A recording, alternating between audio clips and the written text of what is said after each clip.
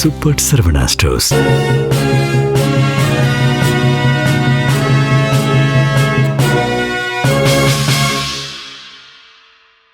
வணக்கம்.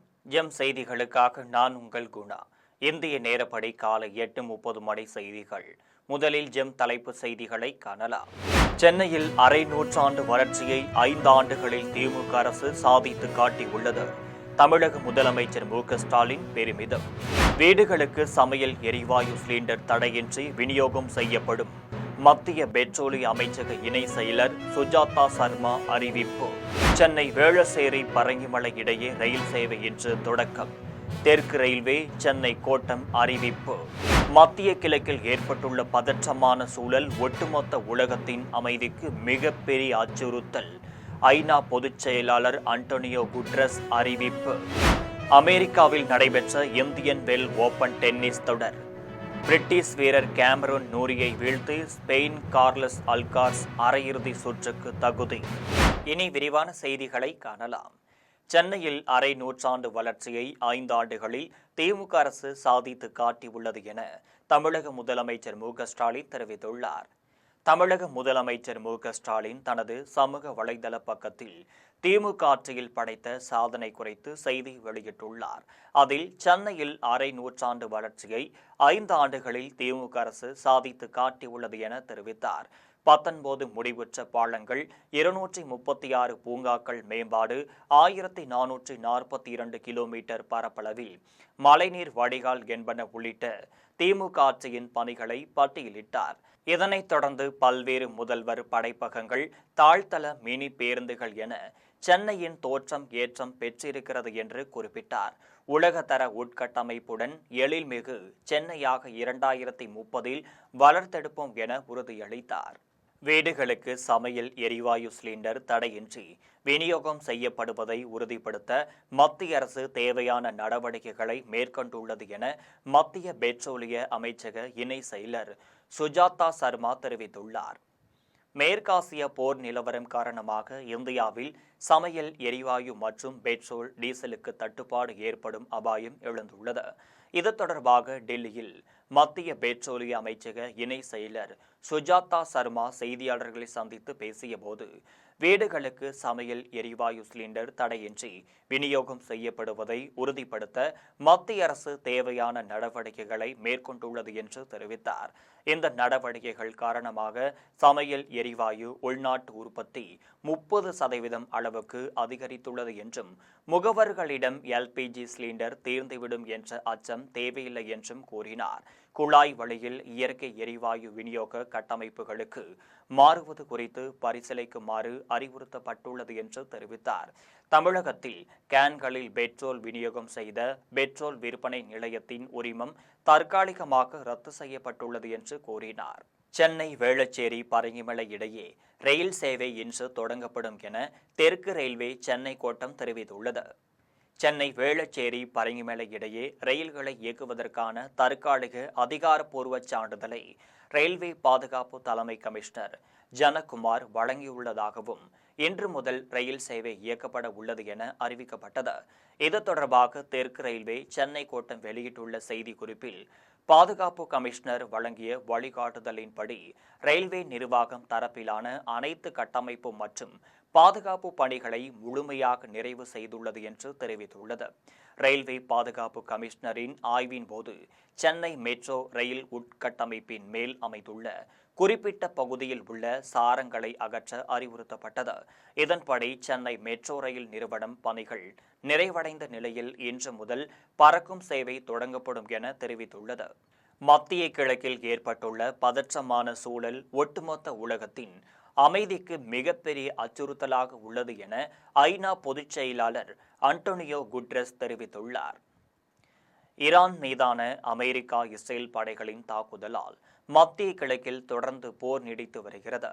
இதற்கு பதிலடி கொடுக்கும் விதமாக ஈரான் வளைகுடா நாடுகளின் மீது தாக்குதல் நடத்தி வருகிறது. இதனால் இரு தரப்பில் இருந்தும் ஆயிரக்கணக்கான மக்கள் உயிரிழந்தனர். தொடர்ந்து உலக நாடுகள் முழுவதும் கச்சா எண்ணெய் வர்த்தகம் பாதிக்கப்பட்டது. இது தொடர்பாக ஐநா பொதுச் செயலாளர் அன்டோனியோ குட்ரஸ் தனது சமூக வலைதளத்தில் அறிக்கை வெளியிட்டுள்ளார். அதில் வளைகுடா நாடுகளில் விரிவடைந்து வரும் மோதல் பொதுமக்களுக்கு பெரும் துயரத்தை ஏற்படுத்தி உள்ளது என்றார். மத்திய கிழக்கில் ஏற்பட்டுள்ள பதற்றமான சூழல் ஒட்டுமொத்த உலகத்தின் அமைதிக்கும் பாதுகாப்பிற்கும் மிகப்பெரிய அச்சுறுத்தலாக மாறியிருக்கிறது என்று தெரிவித்தார். இதையடுத்து அனைத்து தரப்பினரும் போர் பதற்றத்தை தணித்துக் கொண்டு பேச்சுவார்த்தைக்கு முன்வர வேண்டும் என வலியுறுத்தினார். அமெரிக்காவில் நடைபெற்ற இந்தியன் வெல்ஸ் ஓபன் டென்னிஸ் தொடரில் ஸ்பெயினின் கார்லோஸ் அல்காரஸ் பிரிட்டிஷ் வீரர் கேமரூன் நூரியை வீழ்த்தி அரையிறுதி சுற்றுக்கு முன்னேறியுள்ளார். அமெரிக்காவில் இந்தியன் வெல்ஸ் ஓபன் டென்னிஸ் தொடர் நடைபெற்று வருகிறது. இதில் ஆண்கள் ஒற்றையர் பிரிவு காலிறுதி சுற்றில் ஸ்பெயினின் கார்லோஸ் அல்காரஸ் பிரிட்டிஷ் வீரர் கேமரூன் நூரியுடன் விளையாடினார். இப்போட்டியில் தொடக்க முதலே சிறப்பாக விளையாடிய அல்காரஸ் 6-3, 6-4 என்ற நேர் செட் கணக்கில் அரையிறுதி சுற்றுக்கு முன்னேறினார். இதையடுத்து கார்லோஸ் அல்காரஸ் அரையிறுதி சுற்றில் ரஷ்யாவின் டேனில் மெத்வதேவ் உடன் விளையாட உள்ளார்.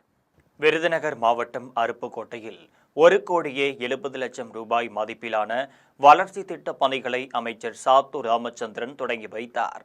அருப்புக்கோட்டை அடுத்துள்ள மலைப்பட்டியில் 78,20,000 ரூபாய் மதிப்பில் கட்டப்பட்டுள்ள துணை சுகாதார நிலையத்தை அமைச்சர் சாத்தூர் ராமச்சந்திரன் திறந்து வைத்தார்.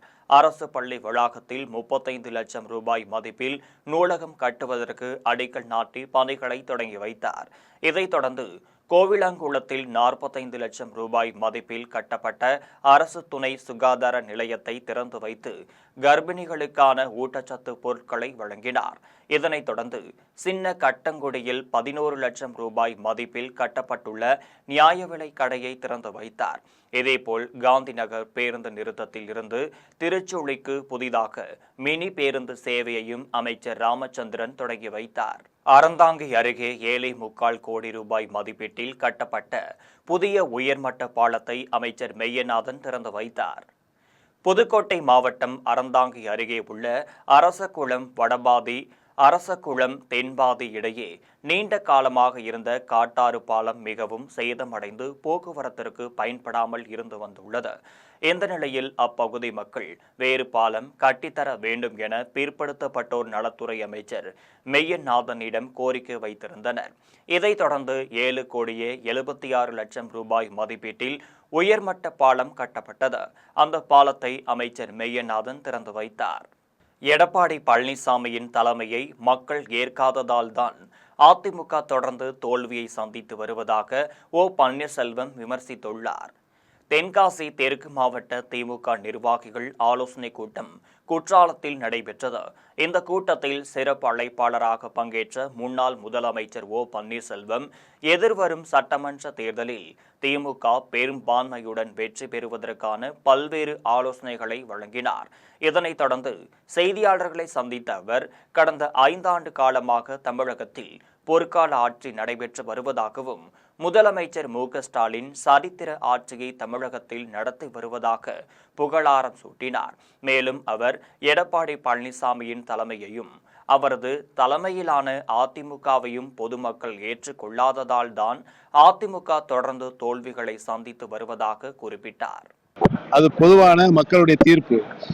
என்ன தீர்ப்பை மத்திய அரசுக்கு மக்கள் வழங்குகிறார் அதே தீர்ப்பை தான் மாநிலத்திற்கு மக்கள் வழங்கி கொண்டிருக்கிறார்கள். ஆக எங்களுக்கு நாடாளுமன்றத்திற்கு வழங்கிய தீர்ப்பு தான் உசந்த தீர்ப்பு, தமிழக மக்களுடைய தீர்ப்பு சாதாரண தீர்ப்பு என்று டெல்லியில் ஆண்டு கொண்டிருப்போம் நினைக்கக்கூடாது. ஆக வருகின்ற நிதி தமிழகத்திலிருந்தும் மத்திய தொகுப்பிற்கு நிதி சென்று கொண்டிருக்கிறது. கிட்டத்தட்ட 2 லட்சம் கோடி ரூபாய்க்கு மேலாக சென்று கொண்டிருக்கிறது. ஆக தமிழக மக்களுடைய வரிப்பணம் மத்திய அரசுடைய மத்திய தொகுப்பில் சென்றடைகிறது. இஸ்லாமியர்கள் வாக்கு ஒன்று கூட மாறாமல் திமுகவிற்கு தான் கிடைக்கும் என்று முன்னாள் அமைச்சர் பொன்முடி தெரிவித்துள்ளார். மனிதநேய மக்கள் கட்சி சார்பாக விழுப்புரம் மந்தகரையில் இஃப்தார் நோன்பு திறப்பு நடைபெற்றது. இந்த நிகழ்வில் முன்னாள் அமைச்சரும் திமுக துணை பொதுச் செயலாளருமான பொன்முடி, திமுக சட்டமன்ற உறுப்பினர் லட்சுமணன் ஆகியோர் கலந்து கொண்டனர். அப்போது மேடையில் பேசிய பொன்முடி, இந்துக்கள், கிறிஸ்துவர்கள், இஸ்லாமியர்கள் என தான் வேறுபாடு பார்ப்பதில்லை என்றும் விழுப்புரம் மாவட்ட ஆட்சியரே இஸ்லாமியராக இருப்பது பெருமை என்றும் கூறினார். இஸ்லாமியர்கள் வாக்கு ஒன்று கூட மாறாமல் திமுகவிற்கு தான் கிடைக்கும் என்று நம்பிக்கை தெரிவித்தார். போதைப் பொருள் கலாச்சாரத்தை எதிர்த்த ஆகாஷ் மீது காவல்துறையினரின் மூர்க்கமான தாக்குதலும், உரிய நேரத்தில் சிகிச்சை தராத மருத்துவர்களின் அலட்சிய போக்குமே உயிர் இழப்பிற்கு காரணம் என விடுதலை சிறுத்தைகள் கட்சி தலைவர் திருமாவளவன் குற்றம் சாட்டியுள்ளார். சிவகங்கை மாவட்டம் மானாமதுரையில் உயிரிழந்த விசாரணை கைதி ஆகாஷின் வீட்டிற்கு நேரில் சென்ற திருமாவளவன் ஆகாஷின் பெற்றோரை சந்தித்து ஆறுதல் கூறினார். பின்னர் செய்தியாளர்களை சந்தித்த அவர் போதைப் பொருள் கலாச்சாரத்தை எதிர்த்த ஆகாஷ் மீது காவல்துறையினர் மூர்க்கமான தாக்குதல் நடத்த இருப்பதாக குற்றம் சாட்டினார். மேலும் ஆகாஷிற்கு உரிய நேரத்தில் சிகிச்சை அளிக்காத மருத்துவத் துறையினரின் அலட்சிய போக்கும் அவர் உயிரிழப்பிற்கு காரணம் என்ற திருமாவளவன் பணியில் இருந்த அனைத்து காவலரையும் கைது செய்ய வேண்டும் என வலியுறுத்தியுள்ளார். அனைத்திந்திய புரட்சி தலைவர் மக்கள் முன்னேற்ற கழகம் என்ற கட்சியை தொடங்கியுள்ள சசிகலா, தமிழ்நாட்டு மக்களை திமுக என்ற தீய சக்தி கசக்கி பிழிந்து விட்டதாக தெரிவித்துள்ளார். சென்னையில் தனது இல்லத்தில் சசிகலா தான் தொடங்கியுள்ள புதிய கட்சியின் பெயரையும் சின்னத்தையும் வெளியிட்டார். அனைத்திந்திய புரட்சி தலைவர் மக்கள் முன்னேற்ற கழகம் என்பது தனது கட்சியின் பெயர் என்றும் கட்சியின் சின்னமாக தென்னந்தோப்பு இருக்கும் என்று தெரிவித்தார். தொடர்ந்து செய்தியாளர்களிடம் பேசிய சசிகலா, திமுக ஆட்சியில் 5 வயது பெண் குழந்தை முதல் மூதாட்டி வரை அனைவரும் பாலியல் வன்கொடுமைக்குள்ளாகுவதாக கூறினார். பகலில் சாலையில் செல்லும் போதே வெட்டுகிற அளவுக்கு சட்ட ஒழுங்கு சீர்குலைந்துள்ளதாக குற்றம் சாட்டினார். திமுக ஆட்சியை ஓட ஓட விரட்டுவதுதான் தனது வேலை என்று சசிகலா குறிப்பிட்டார். தூத்துக்குடி மாவட்டம் வேடநத்தத்தில் பாலியல் வன்கொடுமை செய்து கொல்லப்பட்ட மாணவியின் பெற்றோருக்கு ஆறுதல் கூற சென்ற திமுக நாடாளுமன்ற உறுப்பினர் கனிமொழியை பொதுமக்கள் முற்றுகையிட்டதால் பரபரப்பு ஏற்பட்டது. தூத்துக்குடி மாவட்டம் விளாத்திக்குளம் அருகே வேடநத்தத்தில் 12ஆம் வகுப்பு மாணவியை பாலியல் வன்கொடுமை செய்து கொன்றது கொந்தளிப்பை ஏற்படுத்தியுள்ளது. இந்த நிலையில் மாணவியின் பெற்றோரை சந்தித்து ஆறுதல் கூறுவதற்காக திமுக நாடாளுமன்ற உறுப்பினர் கனிமொழி, அமைச்சர் கீதா ஜீவன், சட்டமன்ற உறுப்பினர் மார்க்கண்டேயன் ஆகியோர் வந்திருந்தனர். மாணவியின் பெற்றோரை சந்தித்த கனிமொழி, குற்றவாளிகள் விரைவில் கைது செய்யப்படுவார்கள் என்றும் அதற்காக 10 தனிப்படைகளை காவல்துறை அமைத்துள்ளதாகவும் கூறினார். அங்கிருந்து வெளியே வந்த கனிமொழியை ஊர் மக்கள் முற்றுகையிட்டு வாக்குவாதத்தில் ஈடுபட்டனர். 3 நாட்களாகியும் குற்றவாளியை ஏன் இன்னும் கண்டுபிடிக்கவில்லை என்றும் ஆறுதல் கூறுவதற்கு தாமதமாக வந்தது ஏன் என்றும் வினாவினர். அவர்களுக்கு பதில் சொல்ல முடியாமல் கனிமொழி திணறிய நிலையில் காவல்துறை பாதுகாப்புடன் அவரை அழைத்து செல்ல முயன்ற போது ஊர் மக்கள் அதை தடுத்ததால் பரபரப்பு ஏற்பட்டது. இதனைத் தொடர்ந்து கனிமொழி, கீதா ஜீவன், மார்க்கண்டேயன் ஆகியோரை காவல்துறையினர் பாதுகாப்பாக அனுப்பி வைத்தனர். இந்திய தலைமை தேர்தல் ஆணையர் ஞானேஷ்குமாரை பதவியிலிருந்து நீக்க கோரும் தீர்மான அறிவிப்பை எதிர்க்கட்சியினர் நாடாளுமன்றத்தில் தாக்கல் செய்துள்ளனர். அண்மை காலமாகவே தலைமை தேர்தல் ஆணையர் பாஜகவிற்கு ஆதரவாக செயல்படுகிறார் என்று குற்றம் சாட்டி எதிர்க்கட்சி நாடாளுமன்ற உறுப்பினர்கள் இந்த அறிவிப்பை கொடுத்துள்ளனர்.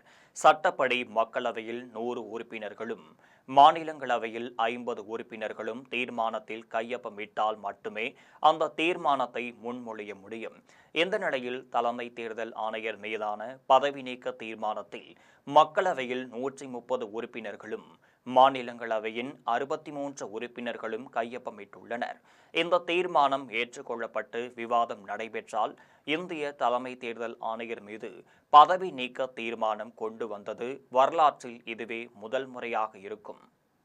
பிரதமர் நரேந்திர மோடியிடம் நேரடியாக கொடுக்கப்பட்ட நேதாஜி சுபாஷ் சந்திர போஸின் தொப்பி எங்கே என்று கேள்வி எழுப்பியுள்ள நேதாஜியின் பேரர் சந்திரகுமார் போஸ் இது தொடர்பாக உடனே விசாரணை நடத்தி கண்டுபிடிக்க வேண்டும் என வலியுறுத்தியுள்ளார்.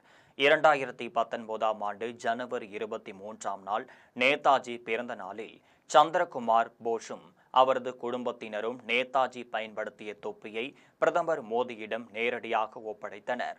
பிரதமர் மோடி அந்த தொப்பியை பெற்றுக்கொண்டு செங்கோட்டையில் உள்ள நேதாஜி அருங்காட்சியகத்தின் நுழைவு வாயிலில் இருந்த ஒரு கண்ணாடி பெட்டியில் வைத்தார். அண்மையில் ஓபன் பிளாட்ஃபார்ம் ஃபார் நேதாஜி என்ற அமைப்பைச் சேர்ந்த நவீன் பாமல் அருங்காட்சியகத்திற்கு சென்றபோது அந்த தொப்பி காணாமல் போயிருப்பதைக் கண்டு அதிர்ச்சியாகினார். இதையடுத்து அவர் தனது எக்ஸ் தளத்தில் மோடியை குறிப்பிட்டு, நாட்டின் பெருந்தலைவரான நேதாஜியின் தொப்பி தொலைந்து போயிருப்பது வெட்கக்கேடானது என சாடியுள்ளார். மேலும் பிரதமரிடம் நேரடியாக வழங்கிய அந்த தொப்பி இருந்த கண்ணாடி பெட்டி காலியாக உள்ளது என்றும், இது குறித்து பிரதமர் தீவிர விசாரணை நடத்த வேண்டும் என்று பதிவிட்டுள்ளார். நீலகிரி மாவட்டம் கோத்தகிரியில் மின் இணைப்பு வழங்க மறுத்த மின் பகிர்மான அலுவலகத்தை முற்றுகையிட்ட இணையரால் பரபரப்பு ஏற்பட்டது. நீலகிரி மாவட்டம் கோத்தகிரியைச் சேர்ந்த ரமேஷ் கிருத்திகா இணையர் ரைஃபிள் ரேஞ்சில் உள்ள தங்கள் வீட்டிற்கு மின் இணைப்பு வேண்டி விண்ணப்பித்திருந்தனர். ஆனால் அங்குள்ள மின் வாரிய அதிகாரிகள் தற்போது மின் இணைப்பு தர முடியாது என கூறியுள்ளனர். இதையடுத்து அவர்கள் மாவட்ட மின் பகிர்மான அலுவலகத்திற்கு சென்று முறையிட்டும் மின் இணைப்பு தராமல் அலக்களித்துள்ளனர். இதனால் மன உளைச்சலுக்கு ஆளான இருவரும் கோத்தகிரி மின்வாரிய அலுவலகம் முன் அமர்ந்து மறியல் போராட்டத்தில் ஈடுபட்டனர். கோபிச்செட்டிப்பாளையம் அருகே உள்ள விளைநிலங்களில் ஒற்றை காட்டு யானை சுற்றி வருவது அப்பகுதி மக்களிடையே அச்சத்தை ஏற்படுத்தியுள்ளது. ஈரோடு மாவட்டம் கோபிச்செட்டிப்பாளையம் அடுத்துள்ள காசிப்பாளையம் பள்ளம்பாளையம் பகுதியில் காட்டு யானை நடமாடுவதை பார்த்த விவசாயிகள் வனத்துறைக்கு தகவல் தெரிவித்தனர். இதையடுத்து வனத்துறை அதிகாரிகள் விரைந்து சென்று யானையை விரட்டும் பணியில் ஈடுபட்டனர். தற்போது யானை குருமந்தூர் பருத்தி காடுகளில் நடமாடுவதை வனத்துறையினர் கண்டுபிடித்துள்ளனர். யானையை அந்த பகுதியிலிருந்து பாதுகாப்பாக காட்டிற்குள் விரட்ட வனத்துறையினர் தீவிர முயற்சி மேற்கொண்டு வருகின்றனர். இந்த நிலையில் அப்பகுதி மக்கள் பாதுகாப்பாக இருக்கும்படி வனத்துறை அதிகாரிகள் அறிவுறுத்தியுள்ளனர். திருவாரூர் மாவட்டம் முத்துப்பேட்டை அருகே அடிப்படை வசதிகள் செய்ய கோரியும் தண்ணீர் வழங்காததை கண்டித்தும் குடும்ப அட்டை உள்ளிட்ட அரசு ஆவணங்களை அரசிடமே ஒப்படைக்கப் போவதாக ஊர் மக்கள் அறிவுறுத்தியுள்ளனர். முத்துப்பேட்டை ஒன்றியம் உதயமார்த்தாண்டபுரம் ஊராட்சிக்குட்பட்ட கீழக்காடு பகுதியில் 200க்கு மேற்பட்ட குடும்பத்தினர் வசித்து வருகின்றனர். இவர்களுக்கு குடிநீர் வழங்க குழாய்கள் அமைக்கப்பட்டு 5 ஆண்டுகள் ஆகியும் குடிநீர் வருவதில்லை என குற்றம் சாட்டுகின்றனர். சாலைகள் பழுதடைந்து குண்டும் குழியுமாக இருப்பதாக தெரிவித்துள்ள மக்கள் இது தொடர்பாக அதிகாரிகளிடம் பலமுறை மனு அளித்தும் அவர்கள் கண்டுகொள்வதில்லை என வேதனை தெரிவிக்கின்றனர். புதுக்கோட்டை மாவட்டம் கரம்பக்குடி அருகே இரவு பகலாக மண் அள்ளும் கொள்ளையர்கள் மீது நடவடிக்கை எடுக்க வேண்டும் என அப்பகுதி மக்களும் சமூக ஆர்வலர்களும் கோரிக்கை விடுத்துள்ளனர். புதுக்கோட்டை மாவட்டம் கரம்பக்குடி வட்டம் திருமணஞ்சேரி ஊராட்சிக்குட்பட்ட கீரான் குளத்தில் மண் எடுக்க அனுமதி பெற்று பனங்குளம் அருகே உள்ள தரிசு நிலங்களில் மண் அள்ளி வருகின்றனர். இரவு பகலாக நடைபெறும் இந்த மண் கொள்ளையால் நிலத்தடி நீர்மட்டம் ஆழத்திற்கு செல்வதாக சமூக ஆர்வலர்கள் கவலை தெரிவித்துள்ளனர். இந்த மண் கடத்தல் குறித்து வருவாய்த்துறைக்கும் காவல்துறையினருக்கும் புகார் அளித்தும் எந்த ஒரு நடவடிக்கையும் எடுக்கவில்லை. அதனால் மாவட்ட நிர்வாகம் உடனடியாக தலையிட்டு கடும் நடவடிக்கை எடுக்க வேண்டும் என அப்பகுதி மக்களும் சமூக ஆர்வலர்களும் கோரிக்கை விடுத்துள்ளனர். எரிவாயு சிலிண்டர் தட்டுப்பாட்டால் உணவகங்கள் மூடப்பட்ட நிலையில் சென்னை கோயம்பேடு சந்தையில் டன் கணக்கில் காய்கறிகள் விற்காமல் வீணாக கீழே போடப்பட்டுள்ளனர். வளைகுடா போர் எதிரொலியாக சென்னை உட்பட தமிழகம் முழுவதும் வணிக பயன்பாட்டு சமையல் எரிவாயு வழங்குவது நிறுத்தப்பட்டுள்ளது. இதனால் பெரும்பாலான உணவகங்கள் மூடப்பட்டுள்ளனர். இதனால் சென்னை கோயம்பேடு காய்கறி சந்தையில் விற்பனை முற்றிலும் சரிந்து டன் கணக்கில் காய்கறிகள் தேங்கியுள்ளனர். மேலும் விற்பனையாகாமல் தேங்கிய காய்கறிகளை வணிகர்கள் கழிவு தொட்டியில் போட்டுள்ளனர். இதனால் கோயம்பேடு சந்தையின் பல்வேறு பகுதிகளில் காணும் இடமெல்லாம் காய்கறிகள் மூட்டை மூட்டையாக கிடக்கின்றனர். இதனால் வணிகர்கள் பேரிழப்பை சந்தித்துள்ளனர். வேலைக்கு சென்றுவிட்டு வீட்டிற்கு திரும்பிய இளம் பெண்ணுக்கு லிப்ட் கொடுத்து அழைத்து சென்று பாலியல் தொல்லை கொடுத்தவருக்கு தர்மடி கிடைத்தது. செங்கம் போலூர் நெடுஞ்சாலையில் உள்ள சோழவரம் ஆற்று பாலத்திற்கு அடியில் தனியாக நடந்து சென்று கொண்டிருந்த இளம் பெண்ணிடம் தவறாக நடந்து கொள்ள முயன்ற இளைஞர் சதீஷ்குமாரை அப்பகுதி மக்கள் மடக்கி பிடித்து தர்மடி கொடுத்து காவல்துறையினரிடம் ஒப்படைத்தனர். மீண்டும் தலைப்பு செய்திகள். சென்னையில் அரை நூற்றாண்டு வளர்ச்சியை 5 ஆண்டுகளில் திமுக அரசு சாதித்து காட்டியுள்ளது. தமிழக முதலமைச்சர் மு.க. ஸ்டாலின் பெருமிதம். வீடுகளுக்கு சமையல் எரிவாயு சிலிண்டர் தடையின்றி விநியோகம் செய்யப்படும். மத்திய பெட்ரோலிய அமைச்சக இணை செயலர் சுஜாதா சர்மா அறிவிப்பு. சென்னை வேளச்சேரி பரங்கிமலை இடையே ரயில் சேவை இன்று தொடக்கம். தெற்கு ரயில்வே சென்னை கோட்டம் அறிவிப்பு. மத்திய கிழக்கில் ஏற்பட்டுள்ள பதற்றமான சூழல் ஒட்டுமொத்த உலகத்தின் அமைதிக்கு மிகப்பெரிய அச்சுறுத்தல். ஐநா பொதுச் செயலாளர் அன்டோனியோ குட்ரஸ் அறிவிப்பு. அமெரிக்காவில் நடைபெற்ற இந்தியன் வெல் ஓபன் டென்னிஸ் தொடர். பிரிட்டிஷ் வீரர் கேமரூன் நூரியை வீழ்த்தி ஸ்பெயின் கார்லஸ் அல்கார்ஸ் அரையிறுதி சுற்றுக்கு தகுதி. இத்துடன் ஜெம் செய்திகள் நிறைவடைகின்றனர். மீண்டும் ஜெம் செய்திகள் மதியம் 1:30 மணிக்கு. உடனுக்குடன் செய்திகளை காண gemlive.tv என்ற இணையதளத்தில் இணைந்திருங்கள். நன்றி, வணக்கம்.